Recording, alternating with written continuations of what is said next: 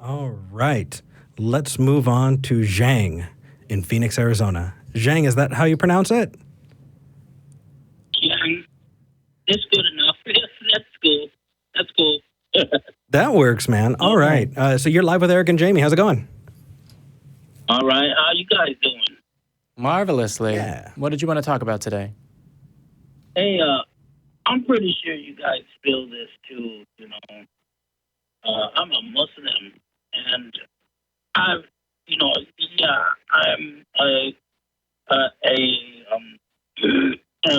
an immigrant who became an American citizen the right way, and everything. Mm-hmm.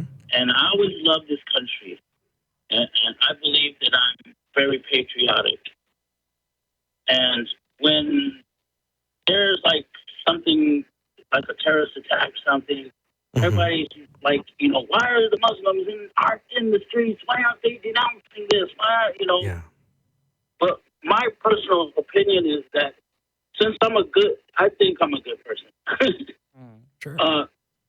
By nature, I would denounce that. It doesn't have to actually come out of my mouth. Right. And there should be no expectation that you have a personal onus to go out and do that either. Right. Because I wake up, I turn on the news, and something bad happened. And some of these things, like 9/11, those things don't come to a normal person's mind. They simply don't. Well, they don't come to your mind. And I would hope that we live in a society where they don't come to most people's mind. I agree. I'm really glad that you called in because I was looking at what you wanted to talk about, which is blaming an entire people for things.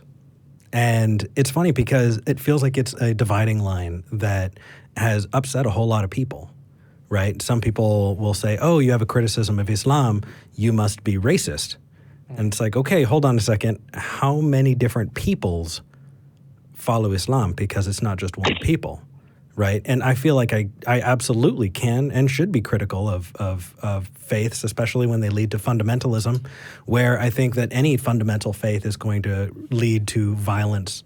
And I disagree with all of them, right? I would say that while I disagree that people should hide behind that to make veiled racist comments, there are valid comments against Islam that should be leveled, right? I'm not against. Yeah, but there's a difference between being critical mm-hmm. and being like dehumanizing and minimizing and disenfranchising people because of something they believe or they don't believe. Yeah, to be clear, I think the difference is whether you're addressing the people or the ideas, right? Like, for a person to say, oh, you follow Islam, you're a Muslim, therefore XYZ about your character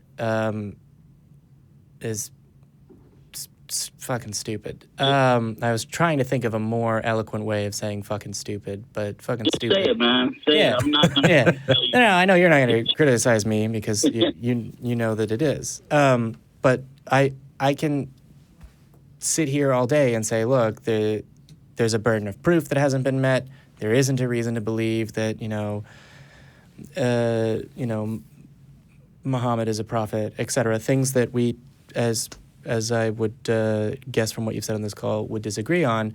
But you're still a human being, and I don't hold you responsible for something that someone else did.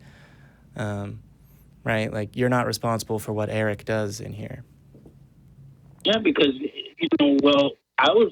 I have to tell you, I didn't learn Islam in the United States. Okay. So it's a whole different. I'm a person who is a part of the way Chinese people, and most of them are Muslim, and they learn them from, just like when you grow up in a Muslim society. It's kind of weird. People don't, say, hey, there's Chinese Muslims. Yes, there are. Yeah. I was going to say, it's amazing. So I bump into a lot of bad Christian cinema, and some of them include like, oh, there's a student at this school who's an exchange student from China. They've never heard of Christianity. And I we never heard just of like, it wow, either. could your movie get worse? Like, I heard of Christianity. Yeah, but of course you did. It's history, fucking everywhere. As a part of history, when we studied like Egypt or you studied the Middle East, and obviously you had to learn about the people that lived there. So Christianity was an academic kind of thing. It wasn't. In China they don't teach you beliefs anyway. They teach you kind of against that kind of stuff. Yeah. Well, I mean, to be clear, that's and because... no, I'm not a Uyghur. I see that. Hui, H-U-I. Those are different people. Yeah, and also, I just personal experience in the Philippines. If you go down to Mindanao, the southernmost island, you're going to find a very, very vibrant Muslim community as well. So I wish that we could get into and talk about the merits of the Muslim tenets of faith and where people think that things should be actionable and all of that good stuff. Would you be interested in calling in the future and discussing that with us? Oh, yeah. If you guys are happy, that'll be okay. Absolutely. Yeah, of course. There are some things that even you guys say, and I kind of think that it's because of a lack of knowledge. Sure. That you guys say that are Islamic, I guess, but they're not. It's Okay. like I was just talking to a person about the burqa. The burqa. The ladies wear. Mm-hmm. China, they don't even wear the headscarf because people, where I come from, people were farmers. And everybody worked because there's like 3 people in the whole village. You know what I mean? Yeah. I grew up in the desert. So there's like, people few and far between, and everybody put their hands on the plow. So, you're not going to see a woman out there plowing a field, driving a tractor wearing a headscarf because it's dangerous, first of all. If you get caught up in the machinery and, that's the first thing you think of. It's not safe. So like my mom, when we went to the mosque, we had to go. Yes, we had to go because our parents made us. Okay. But my mom, and I have a sister, and my mom, right before we walk in the mosque, she put the scarf on and they go in to their side and we go into our side. And then as soon as they come out of the mosque, they take the headscarf off just like everybody else and walk the streets just like everybody else. So that's how we were religious, but we didn't have to show it. You know what I'm saying? Yeah. It wasn't, like a red light on your head or something. Yeah. Well, what's... Did you say a red light on your head? Sorry, I wasn't aware of that as a tradition of Islam, wearing a siren on your head. But I know you're joking. That some people make it, look how pious I am. Oh, yeah. You know what I mean? So they wear the thing, and they really don't know what it means. I have a problem with people in the United States, the Muslims, not really understanding the difference between culture and religious doctrine. Right. That burqa thing is an Arab thing. It has nothing to do, other women in other parts of the world, they don't even know what that is. Well, hold on. I do got to put a pin in that there are, and again, I think this is a haha. You should definitely call I back. like you. Yeah.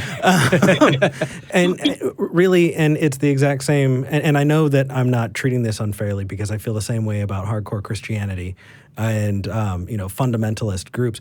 A lot of this very violent action is being justified by people who point directly at their holy book, right? Yeah. And so I think that it would be fun to talk to you about things that aren't just, these overwhelming societies that you're not even a part of and that you don't agree with, because I'd love to be able to talk about other things in the text, because I don't think we talk about the Muslim faith enough. I think there are plenty of ex-Muslims and people who are still in the faith who watch, and we'd love to be able to address and talk about those things. But I've got to draw the line on saying that those aren't connected, because as long as you're pointing to your holy book and saying, this is where I get it from, then I'm going to believe them.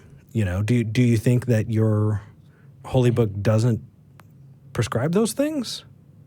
And this is the same question that I ask Christians. I'm not gonna sit here and lie to you, because I can help you find the scriptures if you want me to.